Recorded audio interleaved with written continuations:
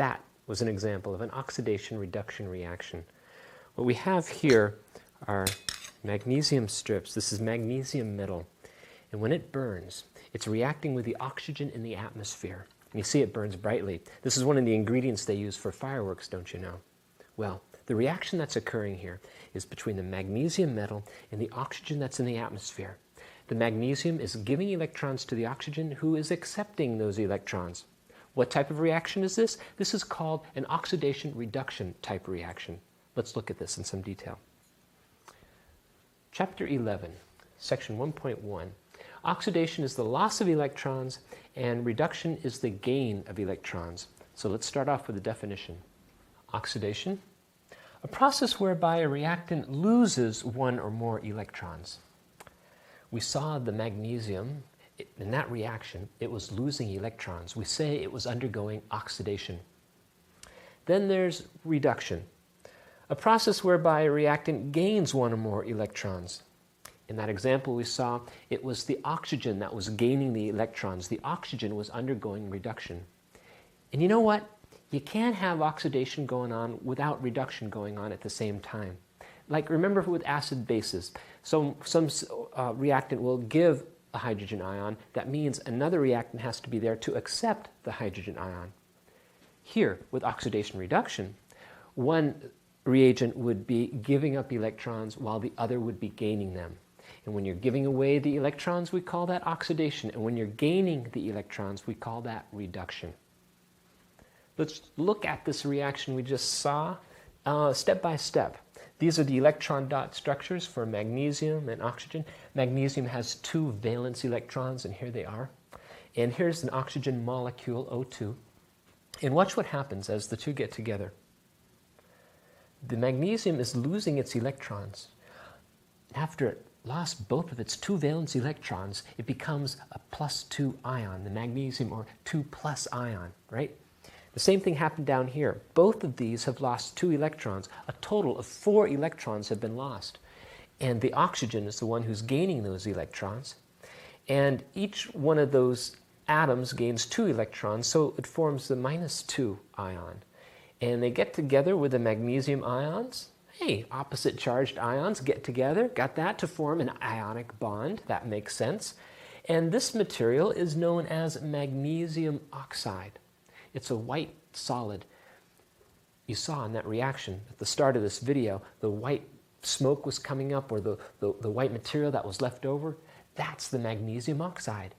Don't you know magnesium oxide is an example of an ionic compound consisting of an element on the left side and the far right side of the periodic table.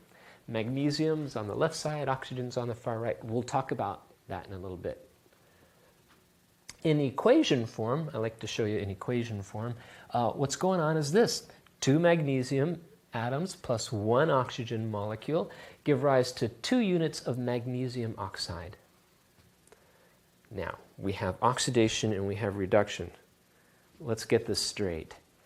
Oxidation is the process of losing the electrons. And so we see how it is that this atom is losing the electron. This atom over here is gaining the electrons, and this is a process of reduction. You see how you can't have oxidation going on without having reduction? It's like playing ball. Somebody throws a ball, and somebody's got to be there to catch it, right? If you're going to be playing ball. So, check this out. This atom here caused this atom over here to become oxidized. This atom, which was undergoing reduction itself, caused this atom over here to become oxidized. And so we call this atom here, get this, an oxidizing agent. Conversely, the atom over here caused that atom over there to become reduced. So this atom we call a reducing agent. An oxidizing agent is a reactant that causes another reactant to become oxidized. And an oxidizing agent always becomes reduced. Now, a reducing agent is a reactant that causes another reactant to become reduced. What do you know about a reducing agent? When it does its thing, it becomes oxidized. Got that? Now, here's the magnesium. It was losing electrons, and so it was undergoing oxidation. And the oxygen was causing it to lose those electrons. the magnesium wouldn't lose those electrons if it weren't for the oxygen that was there. And because that oxygen is causing it to become oxidized, we call the oxygen the oxidizing agent in this case. The magnesium, it's giving its electrons to the oxygen, so that's causing the oxygen to become reduced. And so we call the magnesium the reducing agent. Okay, how do we keep track of what's what? Remember in the previous chapter we had the bad definition of acids and base? A base accepts a hydrogen ion, an acid donates. We had that acronym. We have an acronym now for oxidation and reduction, and it's this. Leo, the lion, goes grr. It's a children's story in which a lion can't roar anymore. The lion can only go grr. Leo, the lion, Leo is loss of electrons is oxidation. Gain of electrons is reduction. Got that? Reduction. We see that it's actually a periodic trend.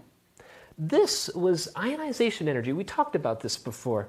We know that ionization energy is the amount of energy required to pull an electron away from an atom. That's oxidation. So when we look at this right here, this atom over here has a very, very low ionization energy. That means it's easy to pull electrons away from it. These atoms down here, they become oxidized quite readily. Over here, these atoms in the upper right, in order to pull an electron away from them, it's quite difficult. You gotta work really hard to pull electrons away from those atoms. You think those are going to become oxidized? Not likely. They're not going to be losing electrons very well. So we see that periodic trend. The ones down here have a greater tendency to become oxidized than the ones in the upper right. We saw this property, this periodic trend, called electronegativity, and we explored electronegativity in the bonding chapter. Recall, electronegativity is the tendency of an atom to attract additional electrons. Attract additional electrons. That is called reduction. When you pull in additional electrons, you are being reduced. I know, it's kind of confusing. You know, you're gaining electrons and you're reduced. But what are you gaining? You're gaining a negative charge, all right? So it's kind of like backwards. That's how you have to think about it. So these atoms up here have a great tendency to pull additional electrons towards themselves. And so these are the atoms that have a great tendency to become reduced, which means they serve as good oxidizing agents.